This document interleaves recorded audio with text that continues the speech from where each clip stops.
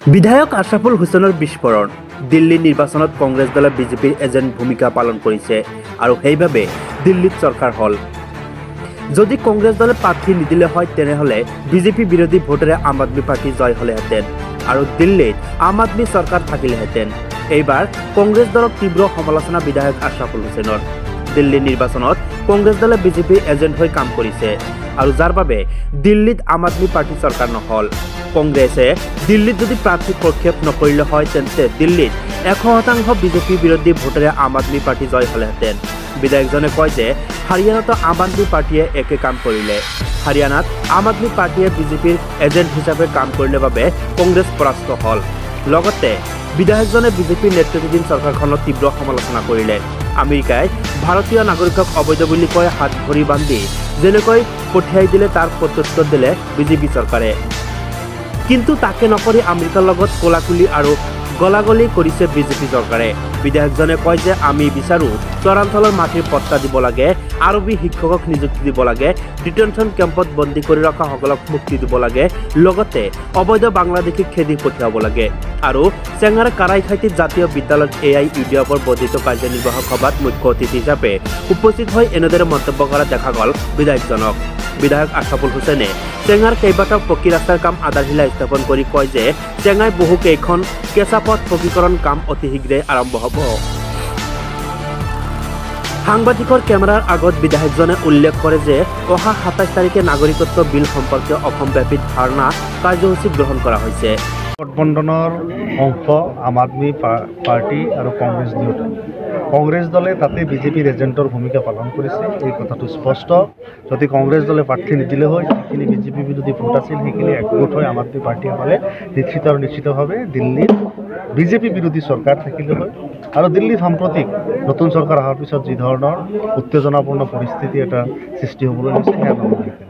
অন্যহাতে হাৰিয়ানাতো আম আদমি পাৰ্টিয়ে কংগ্ৰেছৰ চৰকাৰৰ হাত বাধা দিছিল আৰু হাৰিয়ানাত আম আদমি পাৰ্টিয়ে বিজেপিৰ এজেণ্টৰ ভূমিকাত অৱতীৰ্ণ হৈছিল আৰু নহ'লে আজি হাৰিয়ানাত কংগ্ৰেছৰ চৰকাৰ বা ইণ্ডিয়া গঠবন্ধনৰ চৰকাৰ থাকিব। আমি ইণ্ডিয়া গঠবন্ধনত নাই, অন্ততঃ এইখিনি কথা ইণ্ডিয়া গঠবন্ধনত নথকা বাচ্চা পৰ্যন্তও জানে যে এইখিনি হৈছে। আচলতে তেওঁলোকে কাৰ এজেণ্ট, কংগ্ৰেছ আম আদমি পাৰ্টি, এইবিলাক কথা স্পষ্ট।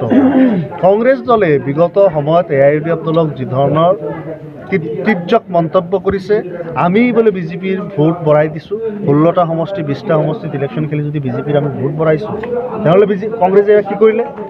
কংগ্ৰেছ আজি লজ্জাততো তেওঁলোকে লজ্জা পাব লাগে যে বিজেপিক অহাৰ কাৰণে দিল্লীত তেওঁলোকে খুচ হৈছে, তেওঁলোকে ভাল পাইছে। আমি অন্ততঃ দুখ পাইছোঁ যে বিৰোধী দলবিলাকে বিজেপিক প্ৰতিহত কৰিবলৈ ঐক্যবদ্ধভাৱে যুঁজ দিয়া উচিত আৰু সেই যুঁজত কংগ্ৰেছৰ মতকৰ্মী কংগ্ৰেছে UDFক বিচাৰক নিবিচাৰক, আমি জনগণৰ পক্ষে বিজেপি বিৰোধী শক্তিশালী ষ্টেণ্ডত আছোঁ। অহা দিনত বিজেপিক ক্ষমতাচ্যুত কৰিবলৈ যিমান মেহনত যিমান ত্যাগ কৰিব লাগে AIUDF দল প্ৰস্তুত আছে। আমি এতিয়া একলা চলৰ নীতিত আছোঁ।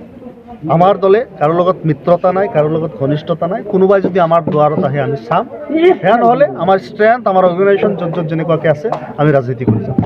আমি ইলেকশ্যন তাতে খেলিম। বিভিন্ন ঠাইত ভ্ৰমণ কৰিছোঁ।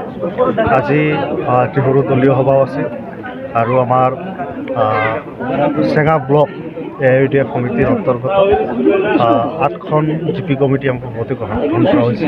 সেইসমূহ GP কমিটি আজি আনুষ্ঠানিকভাৱে অৰ্পণ কৰা হৈছে। প্ৰতিটো GPৰ সভাপতি সম্পাদকক আজি ইয়াতে মতা হৈছিল আৰু ব্লক কমিটিখন আমাৰ কিছুদিন পূৰ্বে গঠন কৰিছিলোঁ AIUDFত।